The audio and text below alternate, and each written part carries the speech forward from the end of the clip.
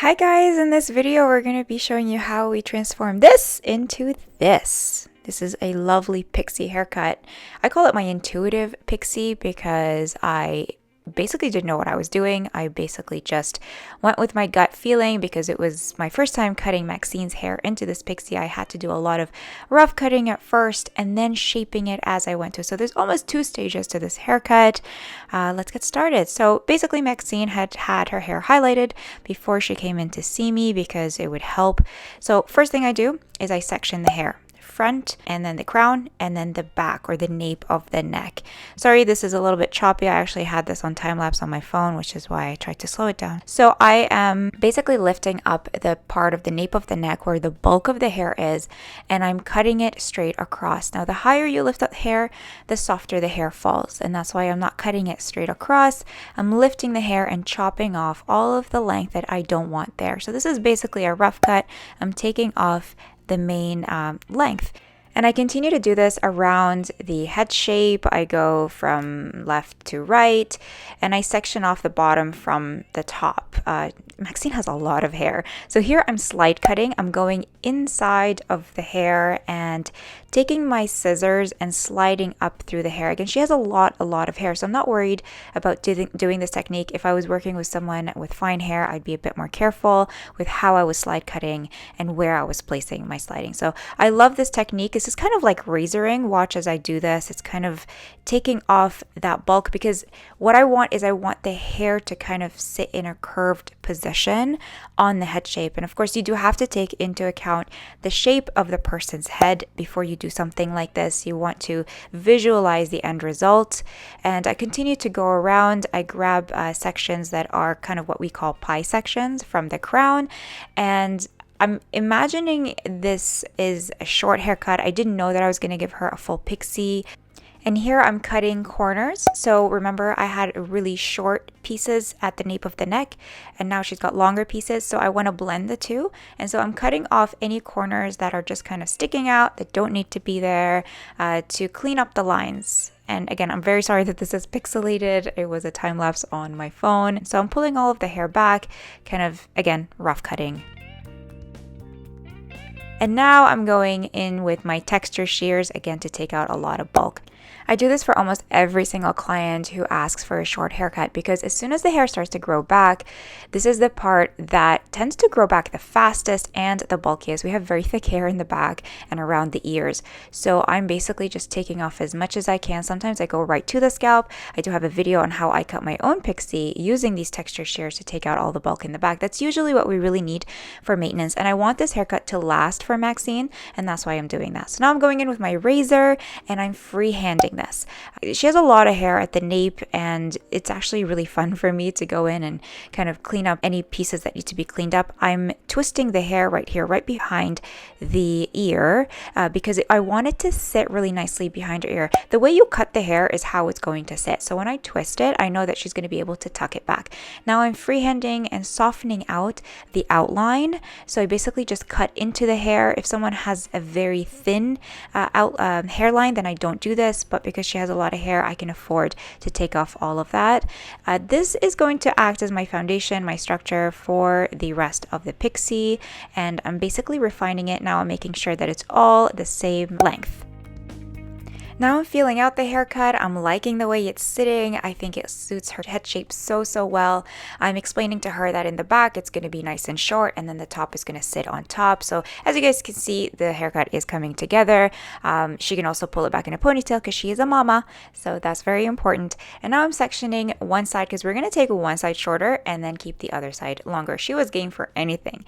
Now I'm razoring this side because I want texture for her hair. Her hair is very soft. It's very fine. She does have a lot of it, but the actual texture of the hair is very fine. So using a razor, I'm not worried about it at all. I think if her hair was compromised, I wouldn't do that. So I'm going in and I'm blending those two layers together. So I'm kind of chopping into the hair, and I'm twisting the hair away from her ear because, again, the way you cut the hair is the way the hair is going to sit. I want this side of her hair to kind of sit tucked back so she's able to style it to the back. I'm going around with the round of the head and I'm sectioning as I go. I don't really have a very strict sectioning guideline. I'm not a textbook hair cutter at all.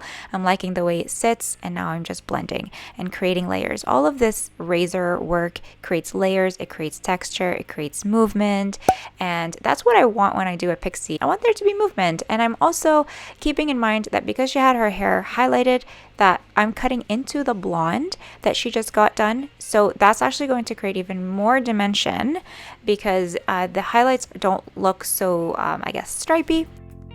Now I get in a new razor because my other one was getting dull, and now I'm going to pull back the hair and I'm mapping out how I'm going to keep one side longer than the other. So I'm blending everything down, I'm creating layers. I want to keep weight right at her occipital bone.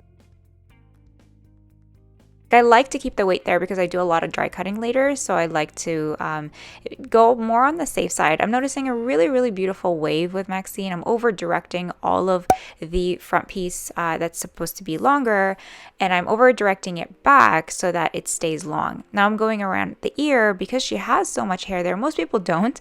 Most people have very fine hair around the front, but I want these pieces to be very piecey. I want her to be able to throw in some pomade or a texture spray and still be able to twist it and get a really nice kind of piecey texture there. Around the ear is where we usually get all of our regrowth, and it gets very annoying. So I want to keep hair there, like I don't want to shave it, but I also want it to keep it wispy. So now I'm rough drying, just using a regular paddle brush. This is basically the moment of reveal. I want to see how the hair is sitting. I want to see the texture. I want to see how the blonde is looking. Now this is refining. I'm going in dry cutting. I do a lot of dry cutting. Maxine still has a ton of hair, so I am going in and making sure that everything is well blended. I cut into the hair, so I sectioned the same way that I sectioned my wet cut, and now I'm basically blending all of the hair from top to bottom right at that weight line that I created, and I'm cutting into it so that it creates a very seamless transition. And I'm lifting the hair now that I'm seeing how it's sitting.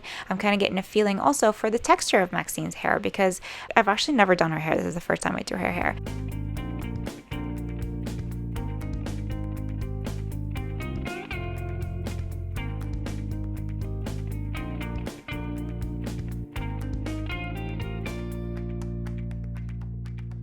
I'm doing a little bit of point cutting into the hair because I know that her hair can take all of that texture. What I'm doing now is kind of like a scissor over comb technique, but I'm cutting into the hair rather than cutting with my scissors straight across and cutting horizontally because I want texture there. I want to create movement for her. I'm doing a little bit of slide cutting too. I'm just using all kinds of techniques. I am pulling the hair all the way, over directing it all the way to the center to make sure that she's also going to be able to pull her hair back and still have a really nice haircut. So if you're somebody who wants to slick their hair back, this is a technique that that your hairdresser has to do to make sure that your hair is even. So I do a little bit of slide cutting with my scissors. What this does is basically it cuts into the blonde. It almost looks like she has lowlights in her hair so that there's no chunks of blonde there. Every haircut needs a specific hair color. So hair color goes into kind of the refining of the hair, the final image of the hair color, the head shape, everything. So I'm obsessed with refining. I'm going in and doing a lot of dry cutting and a little bit with the razor. I use all kinds of techniques, and I want to make sure that the darker part also blends in with the blonde, so she doesn't have like a huge massive chunk of like a darker nape. Now I'm using my razor, watch this technique, and I'm cutting into the bulk of her hair.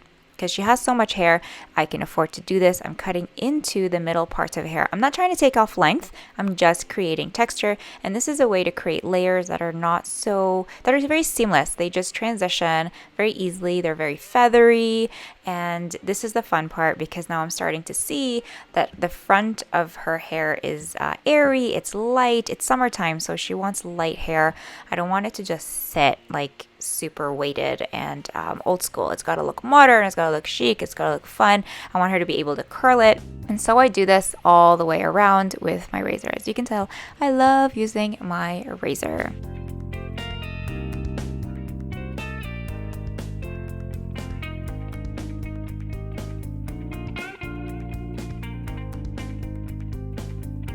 This is very interesting. Sometimes hair likes a certain tool and sometimes hair does not like a certain tool. I don't use my razor a whole lot with clients unless their hair actually likes it.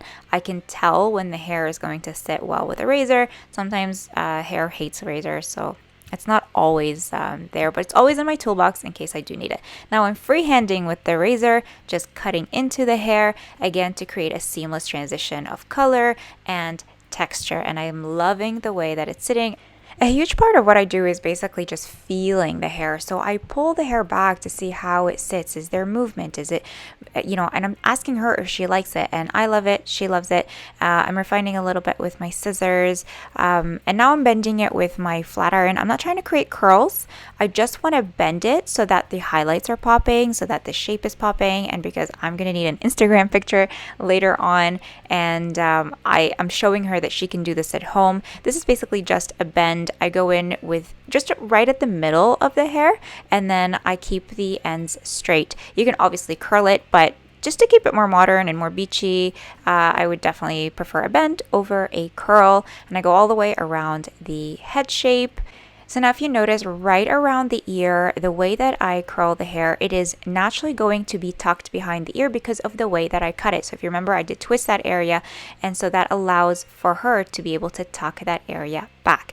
And now I'm going in with a texture spray. This is Wax Blast from Redken. This allows for a little bit of pieciness. It's basically like a very light pomade. It allows for you to pinch the hair and create texture. So if your hair is feeling a little bit flat, it's really important to use a texture spray. It really helps bring out the wave in your hair if you're using a good brand.